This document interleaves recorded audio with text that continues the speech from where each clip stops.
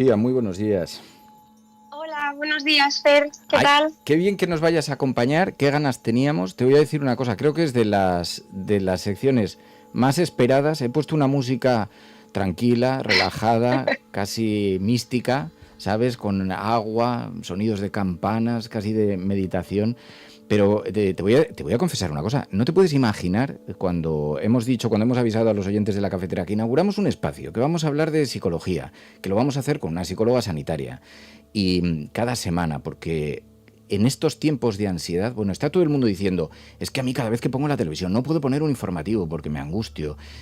Bueno, tenemos un montón de retos. ¿Qué tal estás? Bien, bien, bien. Estaba deseando, la verdad, hablar contigo un poquito hoy y bueno, que todo el mundo pueda llevarse ese pedacito de la psicología que vamos a intentar cada lunes. Entonces, bueno, estoy muy contenta. Te voy a pedir además que nos ayudes cada semana con algún ejercicio de respiración, alguna cosa, pero lo hacemos al final, si te parece, al final de la, Ujú. de la conversación. Oye, claro, para mucha gente resulta bastante desconocido. Hay un montón de oyentes que nos estaban enviando sus casos personales y decían, yo he acudido a terapia. Pero una sesión de terapia suena como muy grandilocuente, da un poco, Ujú. está muy mitificado. ¿Qué es lo que tiene que ocurrir para que alguien decida que es el momento de ir a terapia? Bueno, normalmente, al menos yo lo que he podido ver en consulta durante tantos años, es que no suele ser una decisión fácil, no suele ser una decisión impulsiva de un día para otro, ¿no? Normalmente yo lo que me encuentro son personas que al preguntarles ese motivo de consulta, lo primero que me dicen siempre es, jo, llevo años queriendo venir a consultar y me he decidido ahora, ¿no?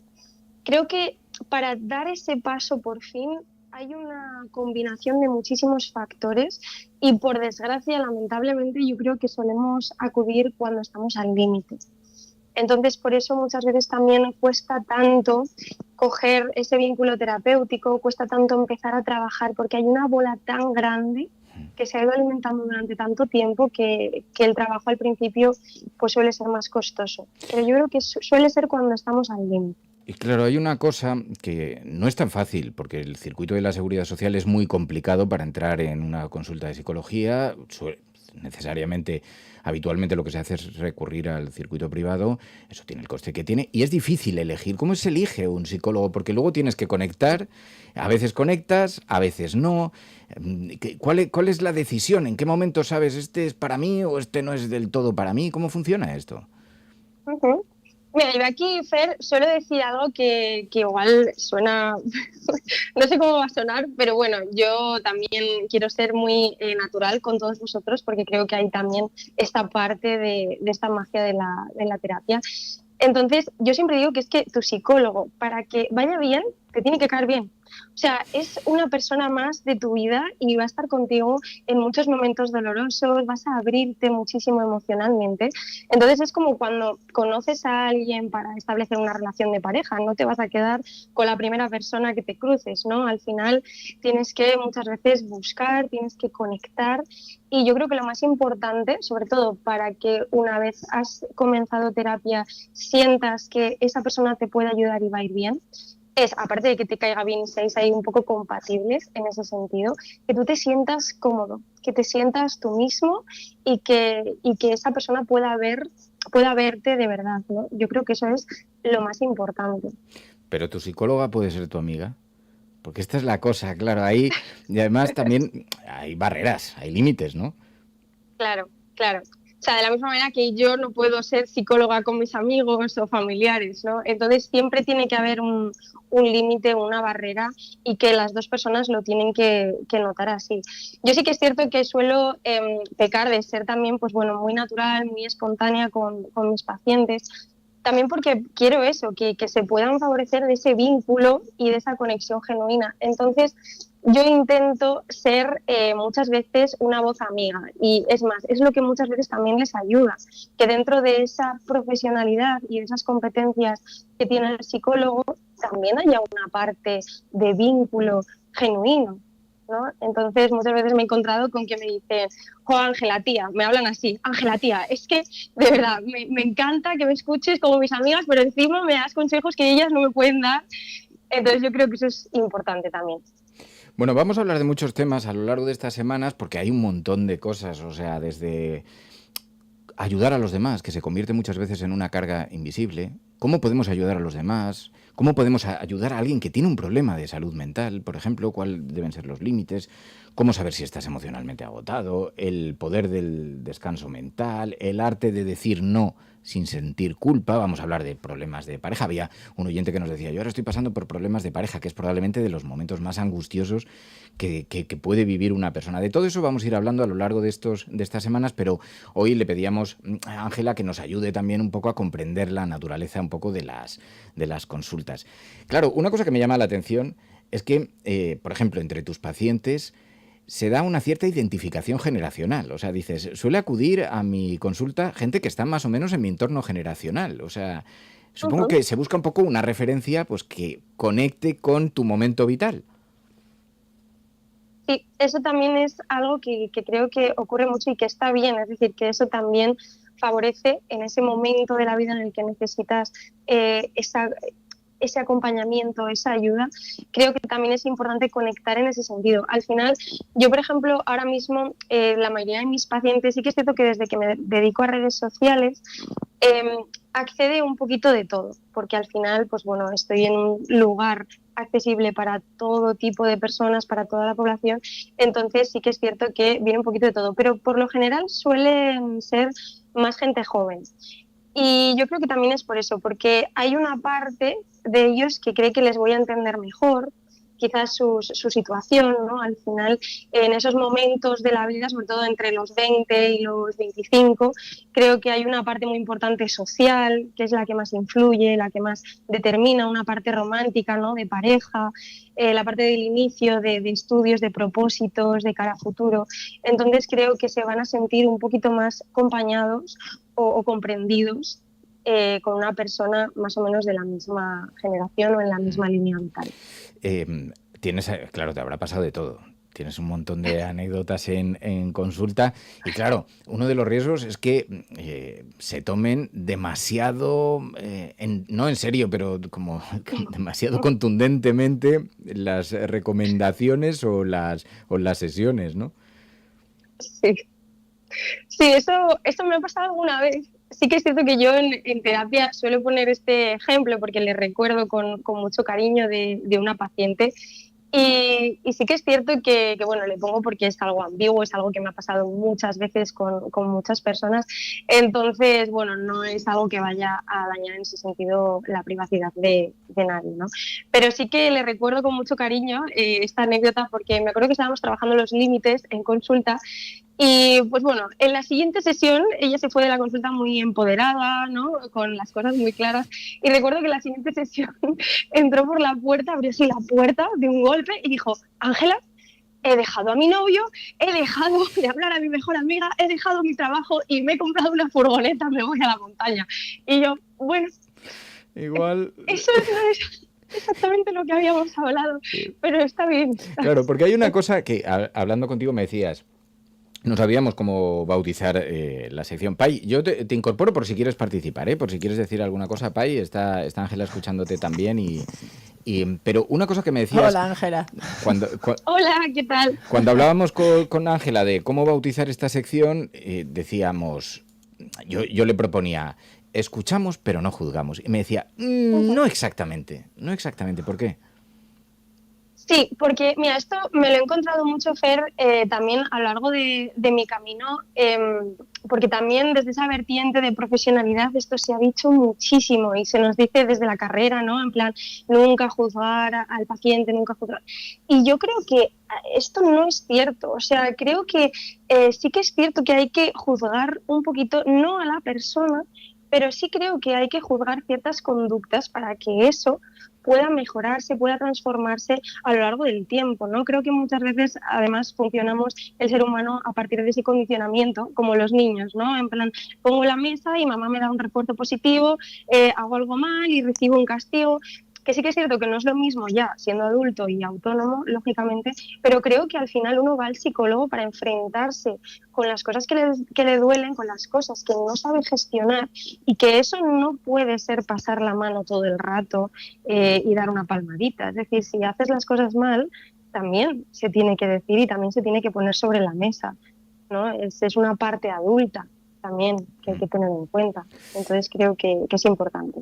Los oyentes dicen que acuden a este programa casi como terapia. A mí me pasa, yo aquí cuento de todo, cuento mi vida personal, me abro todo. Porque claro, es verdad que compartir las cosas es importante. Eso, muchos oyentes cuando pedíamos esta mañana preguntábamos, ¿cómo hacéis vosotros para afrontar pues la ansiedad, la angustia? Y compartirlo con otras personas, ¿no? Yo creo que ahí, es más, ahí, y no lo digo solo yo, o sea, no es una opinión mía, sino que me respaldan muchísimas investigaciones, uno de los efectos más beneficiosos a largo plazo de la terapia es el vínculo. Es decir, es el vínculo genuino que se forma con esa persona, el compartir, el abrirte emocionalmente, el ponerte de cara con tus heridas, el mostrarte vulnerable con una persona completamente en ese momento ajena a ti, ¿no? Entonces, creo que en el hecho ya de compartir y de abrirte, ya ahí hay un beneficio increíble, no solo a corto plazo, sino también a largo plazo. Pai, ¿quieres alguna de esta? Si no, le pedimos que nos recomiende algún ejercicio directamente. Solo una duda, porque me parece súper interesante lo que decías de juzgar. Entiendo que es dificilísimo, porque una parte de conseguir ese vínculo, que la gente se abra, es que no te sientas juzgada y que al fin y al cabo también hay una cierta mística sobre los psicólogos que intentáis siempre que tú mismo llegues a las conclusiones, ¿no? Te ayudan un poquito para que no sea desde fuera, que no parezca una imposición. De hecho, parece que lo haces tú todo, pero ese equilibrio tiene que ser dificilísimo, ¿no? Es muy difícil, o sea, es muy difícil y al final el encontrarlo lo vas a ir encontrando y construyendo con la persona que tienes delante a medida que va avanzando la terapia. Creo que también una parte es fusionarte mucho con la persona que tienes delante. Yo siempre digo que un buen psicólogo va a saber adaptarse mucho a la persona con la que está, porque tiene que saber ayudar a esa persona, no a todo el mundo, ¿no? De una manera universal. Entonces, por eso decía también que ese juicio, en cierto modo, tiene que estar presente. Es muy importante, no puedes simplemente validarlo todo, ¿no? Y ya está. Entonces, es complicado encontrar el equilibrio, pero se consigue con confianza, con sesiones se puede conseguir. Bueno, ella es Ángela Fernández de Pursuit Psicología. Nos va a lo largo de estas semanas, iremos hablando, ya nos iremos conociendo mejor y podremos ir tratando diferentes temas. Pero le decía, bueno, tenemos que terminar con un ejercicio y con una recomendación. Entonces, un ejercicio. Yo, suelo utilizar mucho un ejercicio concreto que está basado pues un poco en el mindfulness, en la respiración consciente. Creo que es algo que ayuda mucho cuando estamos sobresaturados, cuando nos encontramos en bucles rumiativos, ¿no? de pensamientos, y nos ayuda como a parar, a ver un poquito la realidad que tenemos delante y a conectar con esa realidad. Yo le llamo la respiración de las 4 estaciones. Además, me gusta mucho porque no es solo una respiración como tal, sino que mezcla también con una especie de visualización, de imaginación, que te hace adentrarte un poquito más en la respiración. ¿Por qué se llama la respiración de las 4 estaciones? Porque siempre va a ser con 4 segundos, inhalas el aire 4 segundos, retienes 4 segundos, lo sueltas 4 segundos y luego te paras, sigues respirando normal, pero te paras 4 segundos intentando dejar un poquito esa mente en blanco. En el primer grupo de 4 segundos pensaríamos en la primavera, tendríamos que traernos recuerdos de primavera, como si con cada inhalación floreciese algo, ¿no? Dentro de nosotros nos imaginamos una flor dentro. Y luego, los siguientes 4 segundos, lo que vamos a hacer es retener el aire dentro, como si fuese verano, retener ese calorcito dentro de nosotros y lo vamos imaginando a la vez que vamos respirando. Luego el siguiente grupo sería soltar el aire durante 4 segundos, imaginando el otoño y cómo caen las hojas del otoño, como está pasando ahora mismo.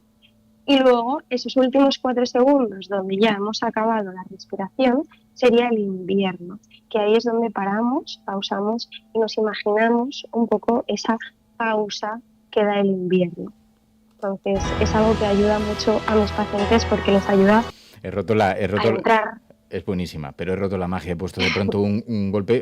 Tengo que buscar un buen efecto para cuando nos hagas estos ejercicios, o incluso este lo podemos repetir también de vez en cuando porque es muy bueno. Me lo apunto, lo voy a hacer. ¿Esto cada cuánto? Esto estaría bien repetirlo en el momento en el que te pones igual 4 veces, 5 veces. Suelen ser grupos de 4 siempre. 4 es el número clave, vale, para las respiraciones. Vale. El 4 es el número perfecto. El 4. Oye, y decíamos una película de recomendación. Pues mira, yo recomendaría, a ver, yo soy una persona muy llorona, ¿vale? A mí me gusta mucho llorar, me gusta mucho emocionarme con las películas, siempre quiero que me transmitan algo profundo, ¿no? Y hay una película que me encantó y que he recomendado mucho también a mis pacientes, que se llama El peor vecino del mundo. Wow. ¿Por qué recomiendo tanto esta película? Creo que estaba en Netflix. ¿Por qué recomiendo tanto esta película? Porque el mensaje principal es que muchas veces de esa interacción genuina con los demás, de la conexión espontánea con los demás y de esos vínculos que pueden surgir, uno puede sanarse mucho. A partir del apego con los otros, puedes sanarte a partir de ahí, ¿no? Entonces, creo que es una película con un mensaje muy bonito y que además muestra cómo una persona está al límite en muchos sentidos y que aún así sigue habiendo oportunidades en su vida para crecer, para transformarse, para aprender. Entonces, creo que es un mensaje súper poderoso. Fenomenal. Pues Ángela Fernández, la podéis encontrar en Instagram, en Pursuit Psicología. Allí podéis seguir, tiene muchos vídeos además de este tipo, afrontando problemas concretos y con consejos concretos. Te agradecemos muchísimo, de verdad, Ángela, y nos encanta poder contar contigo y poder charlar cada semana y tenerte de terapeuta cafetera. ¿Sabes? Está muy bien. Me gusta ese título, ¿eh? Queda mono. Vale, ya tenemos una terapeuta de cabecera en este programa. Ángela, gracias, de verdad, de corazón, muchísimas gracias. Gracias a ti, Fer, y a todos por escuchar. Cuídate mucho, hasta la semana.